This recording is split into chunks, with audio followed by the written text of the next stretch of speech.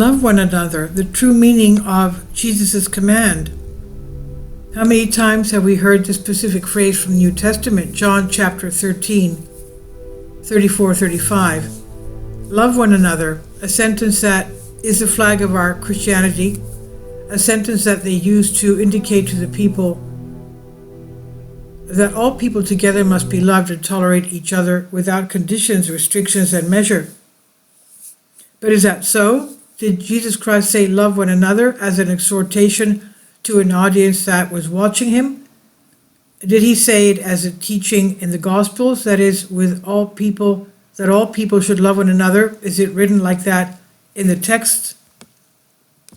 Love one another is not a generalized expression, a proclamation to a multitude of believers, a piece of advice, a lesson for all humanity. It's a sentence that had specific recipients, and those were his 12 disciples. So we read in the gospel text, "A new commandment I give you, that you love one another, as I have loved you, that you also love one another. But by this all will know that you are my disciples, if you love one another."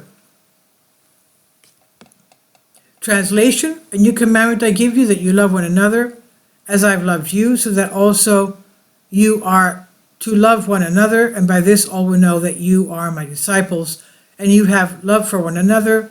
That is, that the disciples have the love and unity among themselves.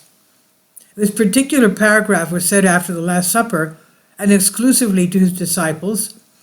And in fact, and this is the most important of all, it was said that after Judas Iscariot leaves the supper and goes to betray his master.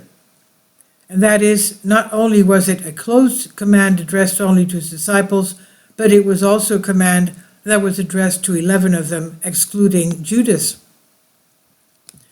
It's mainly an exhortation to the later apostles to remain united and loved after his arrest by the Romans in order to continue his work. So many believe it's not a universal command, it's a command to rally the group of his disciples, from which he excludes the traitor Judas. It's an exhortation, like-minded people, friends, followers, disciples. It therefore turns out that this particular phrase, which has been isolated from the rest of the text, is used incorrectly, exaggeratedly, and is, in this particular paragraph, Jesus Christ in no way speaks of universal love. And we could even say that those who use this particular sentence in this sense are not only mistaken, but also misinterpret the meaning and commands of Jesus himself. It does not matter if they do it with pure intent.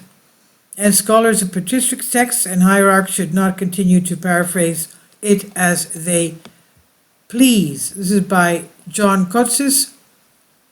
Well, that's his opinion. Of course, we have to pray for the whole world, even our enemies.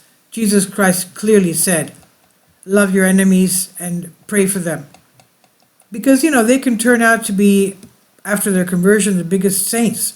Please leave your comments, and thank you for your support. Patreon account.